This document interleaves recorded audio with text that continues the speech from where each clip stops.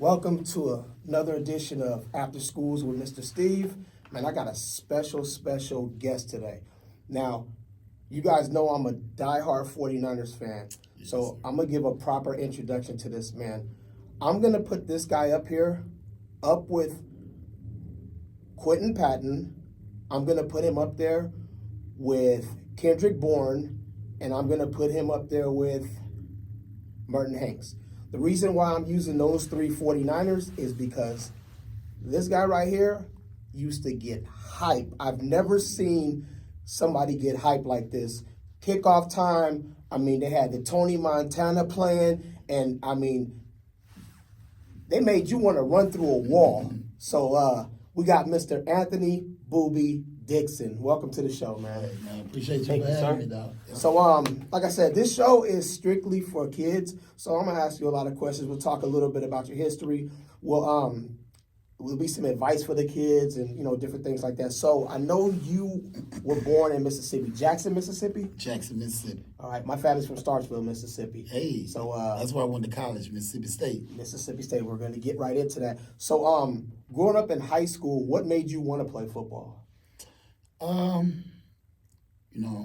Growing up in high school, I grew up around a lot of poverty, in Mississippi. My mom and dad divorced when I was 6, 7 years old.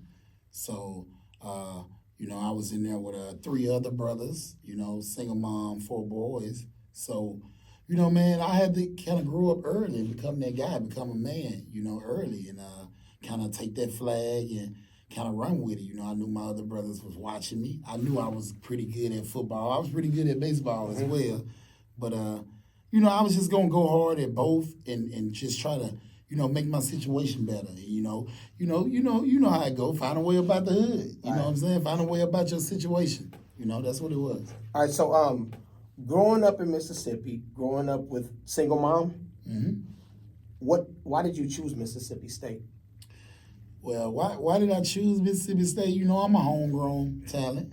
You know what I'm saying? Before I had, became, anything, I hadn't really left Mississippi a whole lot. You know what I'm saying? Mostly everything all my talents that I, came about, you know what I'm saying? I learned that in Mississippi. So, I always loved to sip, you know what I'm saying? I always wanted to represent because I thought we was, looked down on, I thought we was underdogs. So, on my recruiting visits to other schools, I went to LSU, I went to Bama, I had offers from everywhere, but I just didn't like how they talked down on the SIP. I ain't like how they, you know what I'm saying? And I was just like, all right, I want to go against these guys now. So I started rallying my guys to go to Mississippi State, my SIP boys and whoever else wanted to rock with it. And, yeah, man, it just became a thing. It became a thing. My favorite team growing up was actually Florida. But like I said, going through the whole process, feeling how I was feeling, I was like, nah. Then, Sylvester Croom was the first black coach in the SEC. Me and him built a strong relationship. He actually, introduced me to the counselors at my high school, really was on me about my grades because you can't do nothing without the grades. So I wasn't ready for that yet, but he got me right in that department and pushed me and talked to me every day about that. So, man, he kind of made it easy for me to choose Mississippi State. Okay. And I know your best game was that 252 yards against Kentucky. And I was watching the highlights. You guys can see the highlights on YouTube right down below. We'll have it right there. Straight beast, man. God, you were just – they knew you were going to get the ball. You were the offense, and man, you lit it up. Would you say that was – okay, what was your best moment in college football? My best moment in college football? Oh, man, that's a tough one, man. You put it on me. I'm gonna just go with that game, because I went so beast mode on them boys that night. It was Halloween night. They had a blackout, you know what I'm saying? And I told this story a couple different times, but I'm gonna tell it again. They was talking noise to me at midfield, calling me all type of names, not nice names either now. So hey, that night it was just on my mind to really, get after those boys, and that's what happened. Okay. So then, you finished your college career, 6th round pick. I seen some previous interviews. You shouldn't have went in the 6th round. You should have went much higher than that. What do you think happened? Did you go to the combine also? Yes, I did. Okay. Why do you think you slid down to the 6th round? Man, just being young and wild and, still really, uneducated some on how things go. You know what I'm saying? It had nothing to do with talent, you know what I'm saying? Because I was first team SEC, finished my career second in carries in SEC history. I finished in the top 10 in rushing in SEC history, top 10 in touchdowns in SEC history. So it had nothing to do with talent. It was just still like, being raised by a single mom and, I had coaches there, but I still hadn't quite developed that discipline and that structure for how things go when you get to the NFL or leading up to it. You know what I'm saying? So, it was the battle with that. But man, I was just thankful the 49ers did come get me when they did, because I knew, you could see by my first preseason, my first game when I got here that I was ready, you know what I'm saying? So, it was just up to me to keep growing and maturing and educating myself and, gathering the right information so I could stick around for those 6 years I did, so. Gotcha. The day you were drafted, where were you at when you got that call, and how was that? Man, at home in South Jackson. So they just called your house and, man, we're going to select you, and I'm sure everybody went crazy. Yeah, man, I think most of my immediate family, did because, I had a party, and the stuff, a couple of days before because I had a, projection to go from anywhere from first to where I went, you know what I'm saying? So it was like, I was like, so, but, on the day when it came, the third day, it really was just a relief. But, even though I was happy, I was really angry. I was upset. Like, my mom was, she was trying to calm me down after. I remember her, I remember talking to Trent Baalke and Mike Singletary in the backyard, and I was just telling them, man, when I get there, Coach, I'm going to slaughter those guys, man. I'm coming in, and it's going to be a wrap. And that's what I did, my first preseason. Led the first preseason in carries, touchdowns, yards. My first game ever, I was the MVP, in Indianapolis. So it was like, I knew I was ready for it. And the fact that I had slipped, it was like it just lit that fire so much more. And like I said, man, I was happy, but I just remember being furious and like, being upset that it's time to make people pay. Got a chip on your shoulder for sure. For sure. Back to college. Tell me how it is, Ole Miss versus Mississippi State. Out here we got Cal and Stanford. Down south you got USC and UCLA. But how was that rivalry game? Man, it was like playing against big brother, little brother. You know what I'm saying? And whoever won, that's who's going to get to talk to big brother smack. You know what I'm saying? But, yeah, man, it was war. You know how those fights come up with your younger siblings. I grew up with 4 brothers, so, you know what I'm saying? We used to get it in the house, you know what I'm saying? So outside, wherever, get into it. So that's what it was, it was just blood, sweat, and tears. You know what I'm saying? We all knew each other. A lot of us was from the state of Mississippi, and, we was going at it. So then you played under Jim Harbaugh. I remember, I'm going to tell you, that game against Green Bay, that playoff game at Candlestick Park with Kaepernick, that was like, I've never seen that stadium so electric, and you guys were just on it. Like that whole season, you guys were on it. So you were there during the Alex Smith era and the Kaepernick era. How did you feel as a running back when they made that change? Oh, I mean, I was confident in it because both of those guys were my brothers. When I got there, Alex was already there. And then so Kaepernick came, I think, the next year.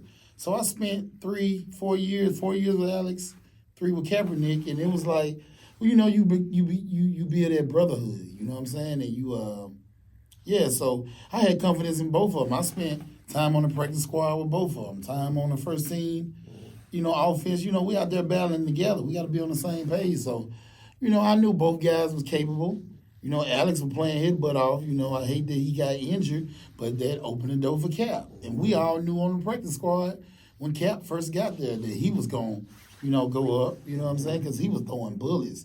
He was out there getting off on our, first team defense. So we knew when he came in, it was like, this guy going to be the truth. Then he was so much of a hard worker, like in sprints, in the weight room, nobody couldn't touch him in there. He was lifting the house, and we ran sprints. He was out there in front of us, long way. You know what I'm saying? We like, what is this boy on? So, you know what I'm saying? He was one of them guys, so we knew he was going to ball. Right. And another thing you got to experience that only a few Niners did get to experience is playing in Candlestick and then playing in Levi's Stadium. What's the difference? I didn't get to play in Levi's. Oh, you did? Stadium. Okay. You didn't get to play in Levi's Stadium. But let's take it back. Super Bowl. Mm-hmm. You go to the Super Bowl. That's what you play for, right? That's the one. Playing Baltimore. Baltimore was up. It was like, oh man, are you guys going to get demolished? What's going to happen? And then the lights cut off at halftime, right after Beyonce. Lights cut back on, and it was like, you guys were running on all cylinders. I know the last few plays, in my opinion, they should have kept running the ball because it seemed like Baltimore's defense were kind of on their heels, and a big back like yourself, you could have got the Rocky and money. Boom. Easy money. That was a bowl. You were getting a ring for that. So how was the Super Bowl experience? Oh man, it was great. It was great. It was like dream come true. It's like growing up in the backyard with my brothers. We always pretend to be NFL players. I'd be like, I'm Jerry Rice. He'll be like, I'm T.O. or my other brother. And we just like we in the Super Bowl simulating Super Bowl moments and like we catching passes. And then when you finally get there, you like, oh man, this is what I dreamed about. And I imagined the whole time I was doing it, and it was just like, your body just kind of shake a little bit. You just kind of, your heart beat a little faster. Like then you look behind you, it's all TV stars and NBA stars, crowding the sidelines and stuff like that. So, man, it was just like one of those things where, it was just like, man, it's here. This the moment. This the moment. And, man, I hate I didn't get that chance, man. I think, that's what held us back, because I'll tell anybody, that listen to me, if they would have gave me the ball during that moment, we would have a Super Bowl.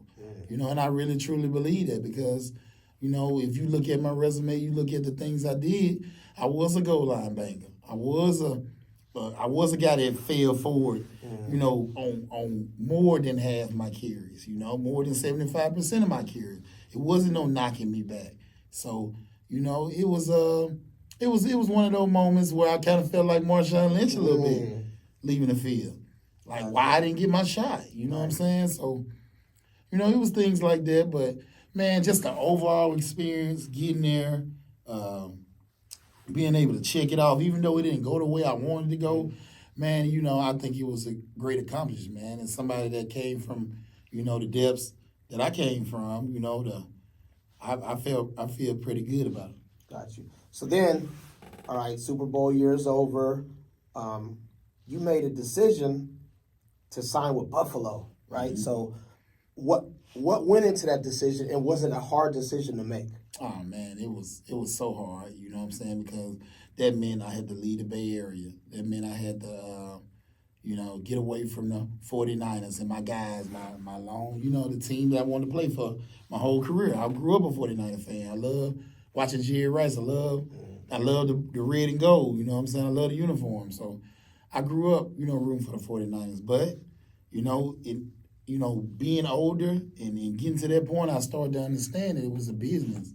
Also, it's not just, fun. It's not just all fun. You actually got to look out for yourself as well. As well as the team. Got to be team first, but you got to look out for yourself as well. So, that was just one of those moves where I had to be a little selfish, and I had to tell myself, hey, I need to get to my pension. I need to raise my pay. I need to put myself in a different class. The 49ers wasn't willing to do it, so I just had to take off and bet on myself and, go show the world I could go do, what I did. Got you. So then what led to you retiring? What led to my retirement, man? I had a really nasty back injury. And then after that, the phone call stopped because, like I said, it was pretty nasty. So, things just kind of fell off me, and so I just didn't get a shot. I think, I was ready for another shot because I came back and played in the spring league, and I killed those guys, man. It's all on the film.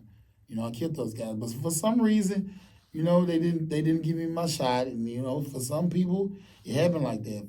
Some people get that second shot, some people don't. Either way, I learned to move on and keep living life and keep being happy about where I'm at in life and what I accomplished. Got you. I've seen that you've given back in the past. The first time I ever met you was in San Jose at a toy drive in downtown San Jose. The lady's name is Ari, I think her name is. Yeah. But why is it important to give back? Man, because, I used to be that kid, I had Goodwill Christmas, I had folks, pitching in, because I grew up, struggling, man. I came out of homeless shelter before, had stints in that. It was times where, we just didn't have it. And, it was people, I was thankful for my coaches and my friends of the family and people for helping us, keep our head above water. So when I got my chance to do it, of course, totally down for it. Totally want to get out there and make a difference and try to, inspire another kid like I was inspired and motivate another kid like I was motivated, Right. So that's the thing with giving back. You just want to see those guys take the juice, take the drip, whatever they call it in there, and run with it and go be who they going to be. Got you. Who was your favorite teammate of all time? If you had to pick one teammate who was like, and you're still probably friends to this day, who's that one guy? Favorite teammate of all time, man. Favorite teammate of all time. I would probably have to say it was Aldis Smith. Aldis Smith, man. The crazy man. Nah, but man, me and him had the Mississippi roots. And when he came to the team, me and him bonded well. His family knew of me. I bonded with them well. And, man, he was like a little big brother, what I'm saying, And, we should always hang out and just try to, be focused on, killing the league. We always had talks about, what we was going to do when we got out there on Sundays. And, we stayed like that, man. So he'll probably be my favorite guy because we did a lot of hanging out. We had the Mississippi roots, but... Yeah, man, I had a lot of favorite teammates. Patrick Willis, Paris Harrison, rest in peace, my guy, Ray McDonald, Justin Smith, Frank Gore, Michael Crabtree. A lot of those guys, man. I just love, being around them. Got you. So we had the unfortunate injury last Monday. There's a lot of parents that are... Myself being a teacher, they'll ask me from time to time, should my kid play tackle football or should my kid play flag football first? What's your opinion on the youth playing football?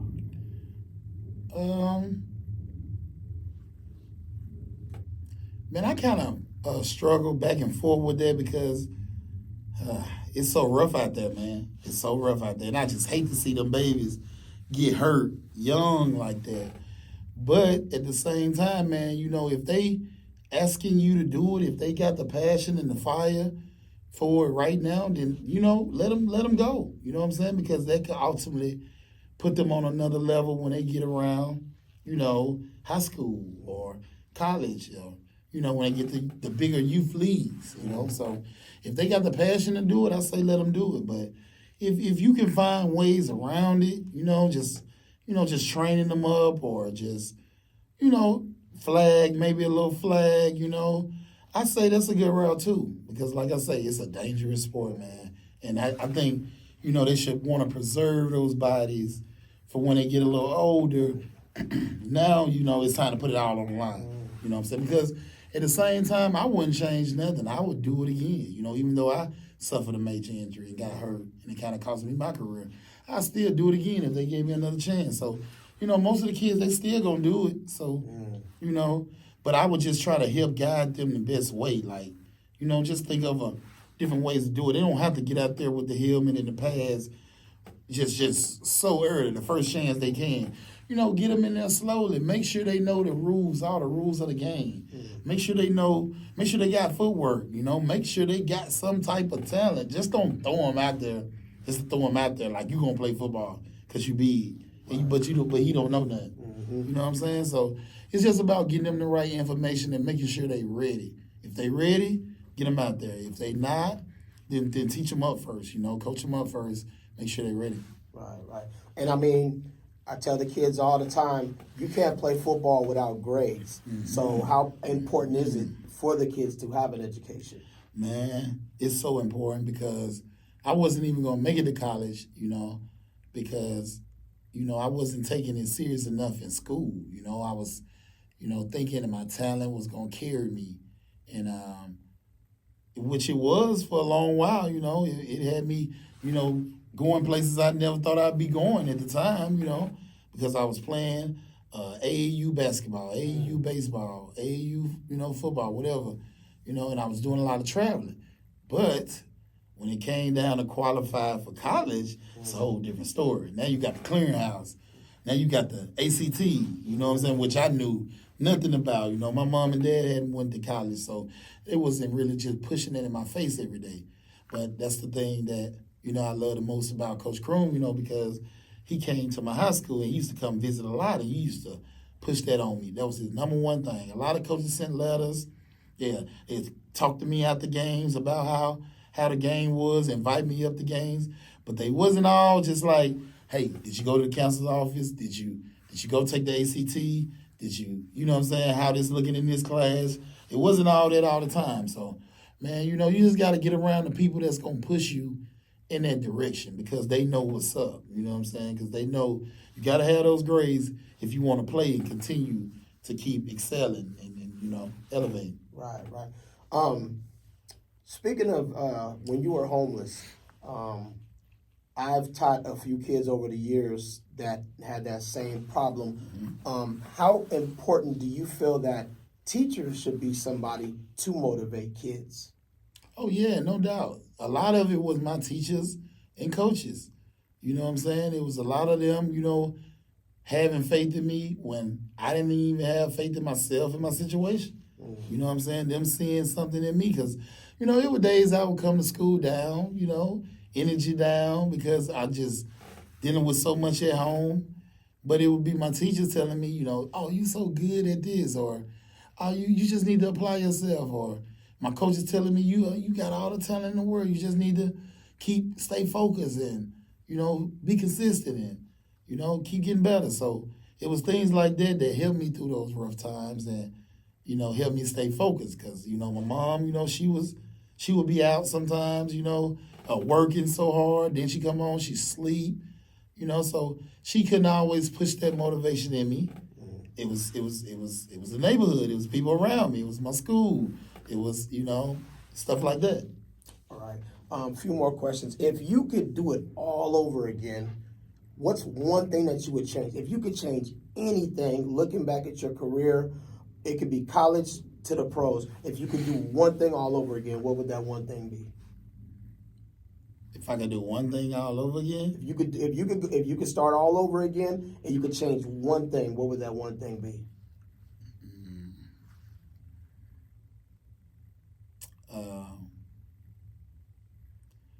I would say, I don't know, man. I would say probably just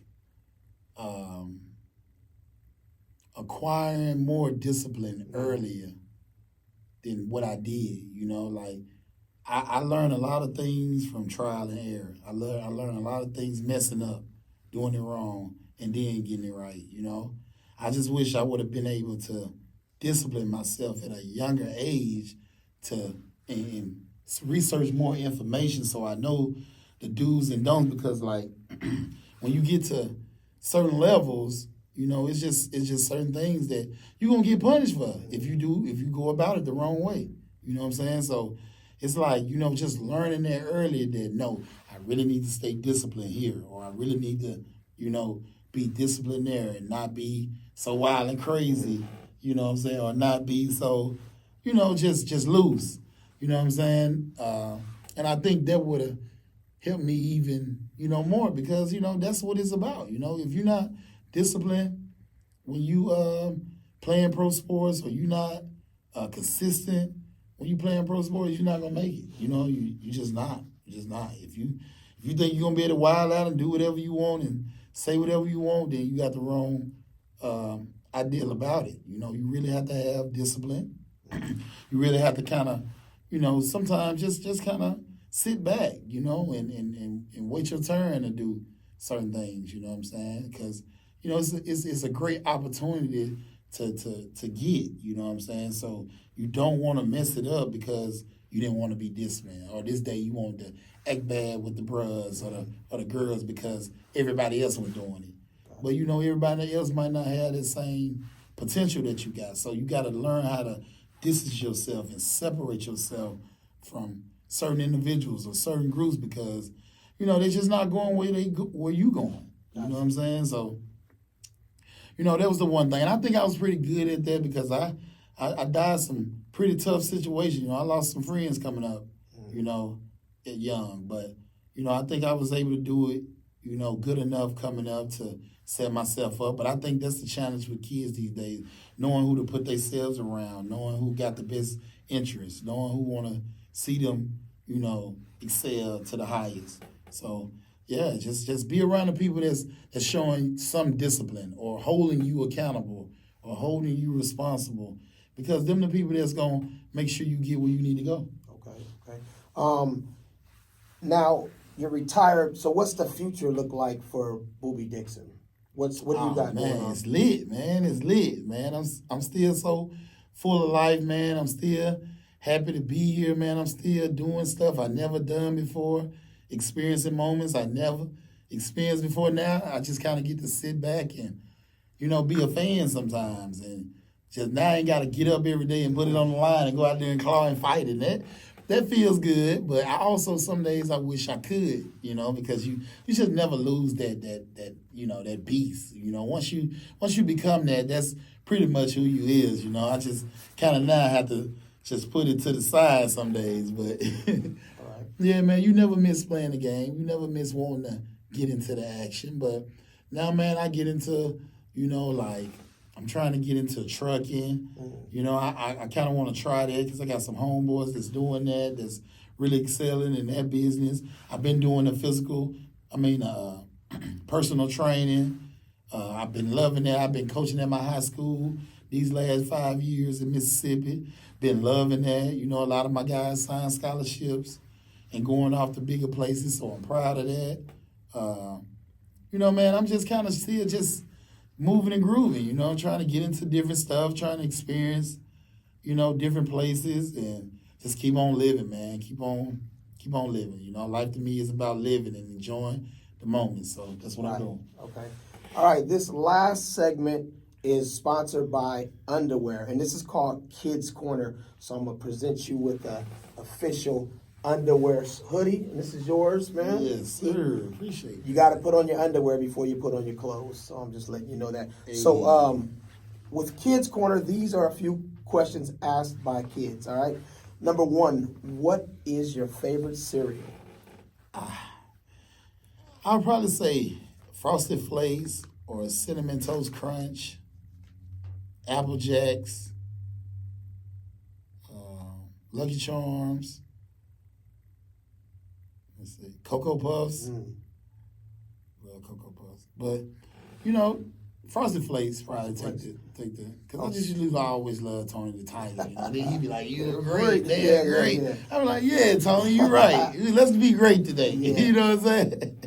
What was your favorite subject in school? My favorite subject in school was, of course, PE. You know? Nah, I'm just kidding, man. I'm gonna give you a real subject. I'm a PE teacher. You know, I mean, PE's a I real ain't subject even now. do you like Nah, I got you though. Yeah, but PE was so easy for me. But another one was another subject that I really liked was social studies. Social studies. I kind of like learning about the history and learning about the earth and learning about, you know, I like science. You know what I'm saying? It was that really did, like the earths and gravity and, you know, force and you know how they got all that stuff in there. That stuff really did have my attention because I was kind of amazed at how some of that stuff worked. You know what I'm saying? So just stuff like that. Okay, final question. What was or is still your favorite cartoon? My favorite cartoon probably would have been, what did I used to have to watch all the time? It was something.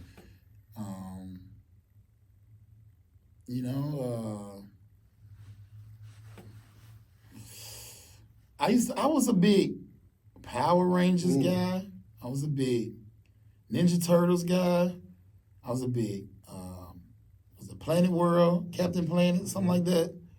I like Nickelodeon. I used to like Nickelodeon. All the little shows, Doug, you know. My all-time favorite, oh yeah, I just thought of Pinky and the Brain. Because you know what? Every episode, you know, no matter, them guys failed a lot. You know what I'm saying? But every episode, when they came on, you know, it's Pinky and the Brain. You know what we're going to do today, Brain? We're going to take over the world. You know what I'm saying? Yeah. And they never quit. They stayed relentless.